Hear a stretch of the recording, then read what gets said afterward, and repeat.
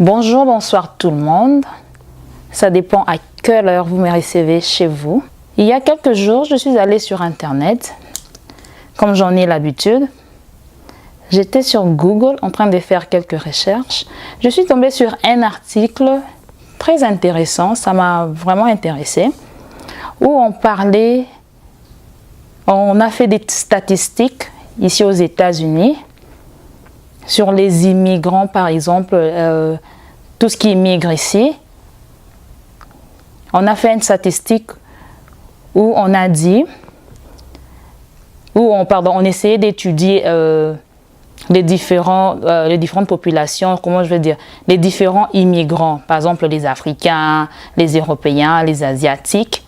Et on est arrivé à un chiffre où ils ont dit que parmi les immigrants qui arrivent, les Africains étaient les premiers en éducation. Donc c'était les premiers qui faisaient plus d'études, ils ont plus de maîtrises, ils ont plus de doctorats. Et quand j'ai lu cela, j'étais vraiment très fière. Je me suis dit, waouh, pour une fois, on ne parle plus de l'Afrique où les gens ont faim, où il y a la maladie, où il y a la guerre et tout ça. Alors, quand j'ai lu cela, j'essayais de faire une analyse par rapport à nos communautés. Je me suis dit, ok, je vais faire une analyse par rapport aux histoires qu'on entend et tout ça. On a vécu cela également. Je dis, ok, je vais voir selon, par exemple, dans ma communauté, selon les pourcentages, quand on a dit que les immigrants africains étaient les premiers aux États-Unis. Donc, ils sont les premiers. Le deuxième, je pense, c'était ceux de l'Asie. Et puis, il y a, je pense, ceux de l'Europe. Et puis, eux-mêmes, les natifs, les Américains, ils étaient au dernier rang. Il y a une statistique des pourcentages, en tout cas, qu'ils avaient mis là-bas. Je ne vais pas entrer dans les détails. Donc, c'est en fonction de ça que j'ai eu l'idée de partager avec vous cette idée, de mettre devant vos petits écrans aujourd'hui pour qu'on puisse discuter d'un fait. Alors, dans ces statistiques, nos frères nigérians étaient les premiers. D'abord, eux, quand ils arrivent ici, ils ont une certaine facilité sur l'anglais, la langue, déjà. Et quand on quitte nos pays, par exemple, on quitte l'Afrique, on arrive, quand on a plus de 18 ans, disons 18 ans et plus, en tout cas la majorité, on a déjà notre diplôme d'État. On a déjà le bac. Donc c'est déjà un pas. Quand vous arrivez ici, si vous voulez poursuivre vos études, vous pouvez également le faire. Alors, qu'est-ce qui arrive avec les natifs d'ici? Ici, par exemple, il y a ceux-là. D'abord, je vais dire, l'éducation, elle est free. On ne paye rien du tout. À partir de l'école primaire jusqu'aux humanités, on ne paye pas. On ne paye que l'université. L'université est extrêmement chère, ça c'est vrai. Mais vous verrez, vous allez remarquer qu'il y a plein d'Américains qui n'ont pas étudié. Il y a même d'autres qui n'ont même pas eu leur diplôme d'État. Et il y a, par exemple, vous allez voir, ils ont déjà atteint 40 ans, 30 ans, 40 ans. Tu vas voir d'autres rentrer à l'école pour avoir leur GED, en quelque sorte. C'est ce qu'ils appellent ici comme à la place des high school diploma. Parce qu'on a high school diploma, c'est quand tu as suivi toute ta formation et à l'âge normal, tu auras ton diplôme d'État. Quand tu as déjà fini, par exemple, tu avais raté à ton âge normal régulier, quand tu avances, tu as commencé à travailler et tout ça, et on te demande d'aller avoir ton diplôme. Donc l'équivalence, c'est le GED qu'ils appellent ça ici. Alors je me suis dit, ok, ça c'était vraiment une très bonne chose. Les Africains, on était au top. Il y a nos frères nigériens, c'est du Nigeria, qui sont premiers, je pense, suivis de l'Afrique du Sud, Ghana, Éthiopie, et puis il y a les autres nationalités et tout ça. Mais selon ce que je me suis dit, ce sont des statistiques un peu générales. On ne peut pas juste dire, ok, parce qu'on a donné ces statistiques, nous les Africains, on est premiers et tout, donc on va prendre on va se voir un peu là, on est au top de tout le monde. Mais si vous allez au fond de cette étude-là, vous allez remarquer que dans nos communautés, par exemple, si je dois revenir dans ma communauté congolaise en particulier, la majorité des gens qui arrivent, je ne pense pas qu'ils viennent et puis ils continuent les études. Quand ils viennent, ils vont chercher un boulot, surtout quand ils arrivent déjà, ils ont leur papier. Directement, quand ils vont commencer des petits jobs. Quand ils commencent des petits jobs, et quand on leur paye pour la première, parce qu'ici on paye chaque semaine ou chaque 2 semaines, ça dépend de compagnie. Quand on paye, très souvent ces paychecks, c'est vraiment succulent. C'est un bon montant. Quand on était au pays, on ne recevait pas ces montants-là.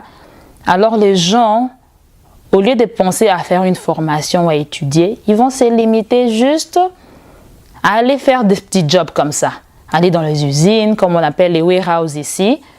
Et vous allez voir des gens qui sont ici depuis plus de 5 ans, 10 ans, voire même plus, qui font les mêmes boulots. Pourquoi on ne pense pas à se former? On n'est pas obligé toujours d'aller à l'université ou dans le community college, faire des études de 2 ans, 3 ans, 5 ans. On n'est pas toujours obligé à faire cela. On peut toujours, il y a des formations de 3 mois, il y a des formations de 6 mois. Ou quand vous finissez cette formation, ces formations-là, vous avez une licence, un certificat. Et quand on va vous engager, ça sera au rapport de ces certificats-là ou de cette licence-là. Moi, je pense qu'on ne doit pas seulement s'arrêter aux statistiques. Parce que quand tu vois les statistiques, tu te dis, waouh, les Africains, c'est qu'on étudie vraiment. Mais au fin fond, allez voir dans les maisons des Congolais. Il y a ceux-là qui ont commencé. Il y a ceux-là qui ont commencé des études, qui ont arrêté parce qu'il y avait des obligations d'ordre familial. Parce qu'il faut payer la maison, il faut payer les factures et tout ça. Des fois, c'est contraignant, mais en tout cas, je vais nous conseiller, je ne vais pas dire vous conseiller, parce que nous tous, nous sommes inclus à l'intérieur. Et quand nous venions, sinon on a raté, il y a un autre si on a raté, par exemple, de continuer les études, quand ceux-là, les nouveaux, les jeunes, quand ils arrivent, il faut les conseiller. Quand vous arrivez comme ça, vous êtes nouveau, c'est bien d'avoir un job, mais c'est mieux d'étudier, c'est mieux d'avoir une formation. À partir de ces formations-là, de ces formations-là, vous aurez un bon boulot qui sera better que ce que vous êtes en train de faire maintenant là.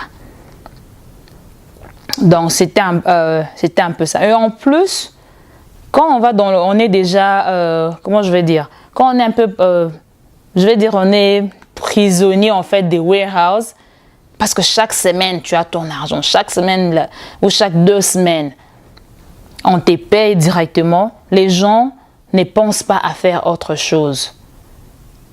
Il faut qu'on se pose la question, si ton boulot fermait aujourd'hui, brusquement, peut-être on ne souhaite pas, il y a un incendie ou je ne sais pas moi quoi, et on dit, ou bien on licencie des gens. Il y a une période où les États-Unis, l'économie avait vraiment baissé, où on a licencié plein de gens dans leur boulot. Quand vous n'avez pas autre chose à côté, comment allez-vous vivre? Comment allez-vous payer vos factures? Comment allez-vous payer la maison? Il faut penser à tout cela. Parce que des boulots, si je dois vous dire, quand vous allez dans les warehouses, on fait des applications, vous signez. Laissez-moi vous dire un truc. Ce qu'on signe, c'est un contrat, on appelle ça contrat at will. C'est un contrat qui peut se terminer aujourd'hui ou demain. C'est un contrat, toi en tant qu'employé, tu peux dire, ok, il y a des fois on est à la maison, tu dis, ah je suis fatigué, je n'irai plus à ces boulots-là. Il y a des gens qu'on a vu disparaître du jour au lendemain au boulot. Ils ont juste laissé les boulots comme ça. C'est leur droit. C'est un contrat at will. De l'autre côté, l'employeur aussi, c'est lui qui t'emploie, peut te dire qu'aujourd'hui, on ne veut plus de toi et on te remplace les lendemains. Donc, c'est un boulot, on ne peut pas dire qu'il y a vraiment... tu dois espérer, tu dois rester là. Tu te dis, voilà, c'est un boulot du lendemain, je resterai là pour toujours. Donc, il faut chercher à faire autre chose à côté. Qu'est-ce que tu fais à part le boulot que tu as, à part le warehouse où tu vas chaque jour, où il y a un schedule, un horaire, où tu es contraint chaque jour à respecter. À part cela, si aujourd'hui tu n'étais plus, qu'est-ce que tu vas laisser à ta famille? Qu'est-ce que tu vas laisser à tes enfants? Il faut qu'on pense à faire des formations, à continuer les études, à faire des business à côté. Parce que les warehouses, en tout cas, très souvent c'est succulent, hein, les chèques là. Quand ça arrive, tout le monde, hey, aujourd'hui j'aurai mon chèque. Très souvent ça arrive un jeudi ou un vendredi. Tout le monde est excité parce que tu auras ton argent. Mais remarquez, quand vous recevez votre argent, vous mettez dans la banque. Des fois, ça fait même pas une semaine, vous n'avez plus rien. Vous devez payer les factures, vous devez payer la maison. Vous avez peut-être des cartes de crédit à payer. Donc, vous devez tout. Vous voyez un peu, c'est pas vraiment quelque chose qui vous assure. C'est pas du tout assurant. Quand vous avez votre formation, vous avez un diplôme à l'université, on vous emploie en fonction de ça. Et quand on vous emploie, les contrats que vous signez, ça sera plus un contrat at will. C'est un contrat où on dit c'est renouvelable en fait. Peut-être c'est un contrat d'une année. Pardon, excusez-moi. Peut-être c'est un contrat d'une année ou c'est un contrat de 2 ans. Très souvent, c'est un contrat d'une année renouvelable. Et quand ces contrats-là, quand il y a par exemple, l'employeur vous dit que voilà, on ne veut plus de vous et tout. Si par exemple, vous avez travaillé, disons, une année 12, c'est 12 mois. Vous avez travaillé par exemple 7 mois. Les 5 autres mois, on va vous payer parce que c'était spécifié sur le contrat que vous deviez travailler avec eux pendant une année.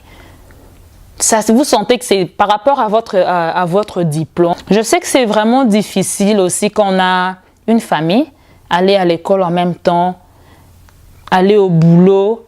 Mais des fois, il faut des sacrifices. Il faut se sacrifier pendant une année, 2 ans pour avoir une meilleure vie. Parfois, il faut se sacrifier pendant une année ou 2 ans ou quelques mois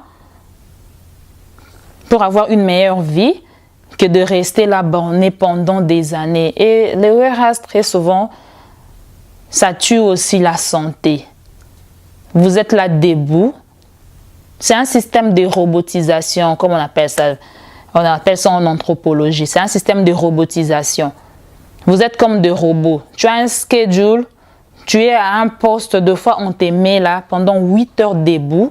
C'est vrai qu'on a des breaks, il y a les pauses et tout. Tu es là debout, tu fais la même chose. Tu répètes les mêmes histoires. C'est ça la robotisation. Tu es là debout pendant 8 heures. Des fois, c'est 10 heures, des fois, c'est 12 heures. Ça te tue ta santé. Le lendemain, tu auras des hémorroïdes. Après quelques temps, tu auras des hémorroïdes, tu auras d'autres maladies par rapport à tout cela. Donc, ce que je vais nous conseiller, c'est de rentrer à l'école. Il n'y a pas d'âge comme on le dit. Il n'y a pas d'âge pour rentrer, pour aller étudier encore. Il n'y a pas d'âge. Vous pouvez encore rentrer, avoir votre petite formation, c'est toujours mieux. En plus, dans ces pays, quand vous avez un certificat, vous avez une licence et vous avez un diplôme sur quelque chose, il y a vraiment de la valeur. Prenons juste l'exemple, je vais prendre quelque chose de très simple. Quand nous allons dans les salons de coiffure, ce que je vais vous dire ici, je ne sais pas, je ne peux pas donner l'exemple de l'Europe. C'est vrai, des fois, on a des systèmes qui se résolvent. Je vais parler des États-Unis. Quand vous allez dans un salon de coiffure, nous les dames, pour qu'on te coiffe, pour qu'on te mette ton tissage, tu vas payer dans les 100 à 200 $. Parce que cette personne qui te coiffe a une licence, a un certificat pour ouvrir les salons, pour exercer. Et quand vous êtes dans ces salons-là, si vous demandez un modèle, je veux que par exemple mon tissage soit de telle façon et tout, je veux que mes cheveux vous coiffez de telle façon et tout. Quand ils ne font pas exactement ce que vous voulez, vous avez le droit d'aller les accuser chez les juges par exemple. Et on va vous dédommager. Vous voyez un peu la valeur d'avoir ce certificat. Mais dites-moi, si vous connaissez quelqu'un qui fait les cheveux à la maison, qui tresse à la maison et tout, vous allez chez la personne vous coiffe, et après, Même si ce n'était pas exactement ce que vous voulez, qu'est-ce que vous allez faire? Parce que vous n'allez pas payer le prix tel que vous allez dans un salon de coiffure. Vous allez payer un prix là que vous allez vous entendre et tout ça. Donc, c'est la valeur d'avoir un certificat, d'avoir une licence, d'avoir un diplôme dans ces pays. Quand vous avez un diplôme, on vous paye, on vous engage en fonction de cela. Et vous êtes mieux protégé également. Donc, je vais vraiment nous conseiller à toi, s'il n'est pas rentré à l'université. Je sais qu'il y a d'autres qui sont déjà venus, moi y compris, on est venu avec nos diplômes du pays où tu as eu ton diplôme d'État, même diplôme universitaire, ta licence et tout ça. Mais quand nous venons ici, par exemple nous les francophones, des fois tu es obligé de reprendre. Soit si tu veux continuer, il y a d'autres procédures à suivre un peu. C'est un peu long, mais ça vaut la peine en tout cas. Ça vaut la peine de reprendre les études. Ça vaut vraiment la peine. Donc, je vais nous exhorter, ça vaut vraiment la peine de reprendre deux fois l'étude, de poursuivre une formation, parce que ça va vraiment vous aider à ce que votre vie soit, du côté finance en tout cas, que vous puissiez vous retrouver en fait. Et en plus, pour ceux-là par exemple qui vont se dire « Ah non, j'ai pas envie d'aller faire les mathématiques, je vais pas aller... » Il y a des formations, par exemple du genre pratique et tout, de la photographie, des histoires. Il y a ceux-là qui montent des business aussi à la maison par exemple. Il y a moi, mon but en fait c'est quoi? Pourquoi je suis en train de parler de ces sujets? Juste pour nous aider, à part le boulot de warehouse, parce que moi je ne trouve pas d'avenir vraiment en cela. Tu peux rester là 5 ans, 10 ans, il n'y a pas d'avenir. Il faut chercher à faire autre chose à côté. Il faut chercher à faire une formation. Il faut chercher à s'auto-former. Maintenant, il y a Internet. On a, en tout cas, la majorité des maisons ici aux États-Unis, on a nos Wi-Fi. Il y a Internet. Et l'Internet, ce n'est pas seulement pour qu'on puisse suivre des films ou pour qu'on reste seulement à suivre nos théâtres. Avec Internet, tu peux vraiment... Il y a Google, il y a plusieurs autres applications. Vous pouvez aller faire des recherches, vous pouvez aller s'auto-former. Des fois, il y a des formations qui sont aussi free, où tu ne payes rien. Donc, moi, je pense qu'il faut vraiment il faut avoir cette volonté-là. C'est difficile, mais il faut vraiment le faire. Parce qu'on est dans un pays, des fois, on dit qu'il faut s'adapter à ce que... Comment on dit chez nous? Quand vous allez dans un endroit où les gens dansent, par exemple, du pied droit, il faut danser aussi du pied droit, par exemple. Mais moi, je me dis, il faut suivre les bonnes choses. Parce que vous pouvez danser du pied droit, mais les gens dansent, c'est peut-être le mauvais sens, en fait. Vous allez suivre ce qui n'est pas bon et ça va vous amener à rien. Et il faut encourager les jeunes qui arrivent. Très souvent, c'est que j'ai remarqué dans nos communautés, quand vous arrivez chez des gens qui ne pensent pas à étudier, quand vous allez chez des gens, quand ils sont arrivés pour la première fois, c'était du warehouse qu'ils faisaient, ils vont te conseiller que du warehouse. Ils ne vont pas te conseiller autre chose. Ce n'est pas du tout bien, ce n'est pas du tout cool. Quand vous avez, par exemple, échoué, vous avez une mauvaise conséquence d'une chose, il faut essayer, quand les autres arrivent, il faut mieux les guider. Il faut mieux les guider. Parce qu'on est étudié. Il y a des fois, on dit, c'est pas tout le monde qui étudie, qui évolue. Eh bien, on parle aujourd'hui des entrepreneurs. Il y a d'autres qui ne sont pas allés à l'école. Mais il faut avoir cet esprit-là. Quand vous ne l'avez pas, vous êtes borné. Moi, je vais me réveiller, je vais aller à mon boulot. C'est de telle heure à telle heure. Vous n'avez pas l'esprit des recherches. Vous n'avez rien du tout. Vous n'allez pas exceller. Vous n'allez pas du tout exceller. Donc voilà, je voulais partager ceci avec toi. Qu'est-ce que tu fais à part ton boulot de chaque jour? Qu'est-ce que tu penses à devenir? Comment tu cherches à te développer personnellement?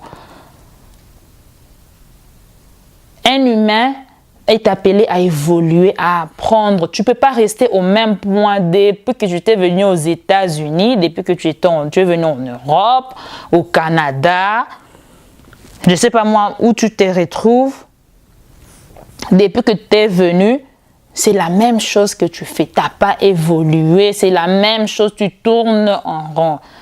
Franchement, il faut chercher à évoluer. Quand on ne sait pas ce qu'il faut faire, des fois, il faut essayer aussi de parler aux autres, de poser des questions. Ceux qui étaient là avant toi, par exemple, essayer de se renseigner. En plus, les formations, une dernière chose, je vais dire, les formations que vous allez faire, il ne faut pas le faire par sentiment. On a remarqué, par exemple, je me souviens, il y avait un phénomène, je vais appeler ça phénomène. Très souvent dans nos communautés, les femmes faisaient du CNA, s'occuper des vieillards, par exemple, et tout. Je ne dis pas que CNA, c'est mal. Mais quand tu n'as pas cette vocation de t'occuper des autres, comment tu vas aller faire une formation et puis tu vas faire un boulot que tu n'aimes pas? Juste parce que c'est tout le monde qui fait ces boulots-là, parce que tout le monde fait on fait une formation parce que tu sens, c'est ta passion, c'est quelque chose que tu aimes, c'est ton hobby, quelque chose comme ça qu'il faut faire les formations. C'est pas parce que tout le monde, c'est tout le monde qui font ceci, maintenant moi aussi je vais le faire. C'est tout le monde qui ouvre les salons de coiffure, pardon, tout le monde qui font les ongles, moi aussi je vais les... Non, il faut faire ce que toi tu aimes. Parce que ce que toi tu aimes, quand tu vas sur cette formation, tu vas mieux pratiquer. Donc il faut faire ce qui est vraiment ta passion. Il ne faut pas seulement suivre. C'est ce qu'on remarque dans nos communautés. Parce que telle personne a fait ceci, et le monsieur va te dire, ou bien la dame va te dire, oh, moi je fais ceci, toi si tu peux le faire. Mais ce n'est pas ta vocation. Il faut faire ce qu'on aime vraiment. Comme ça, on va bien pratiquer. Donc voilà, je nous exhorte tous à toujours chercher, à faire des petites recherches, à chercher à apprendre, à se renseigner, à évoluer en fait. Parce que l'être humain est appelé à évoluer, à apprendre. On ne peut pas être resté là au même endroit depuis que tu as fait des années, tu es toujours là, tu n'évolues pas. Ce n'est pas du tout très bien. Voilà, c'était tout ce que j'avais à dire aujourd'hui. J'étais très contente de partager ces sujets avec vous. Si vous avez des suggestions, si vous avez des commentaires, please, mettez-les en bas. N'hésitez pas à vous abonner sur ma chaîne, à me contacter. Et d'ici là, portez-vous bien. On se retrouve la fois prochaine. C'était Spirit Show. Bye bye.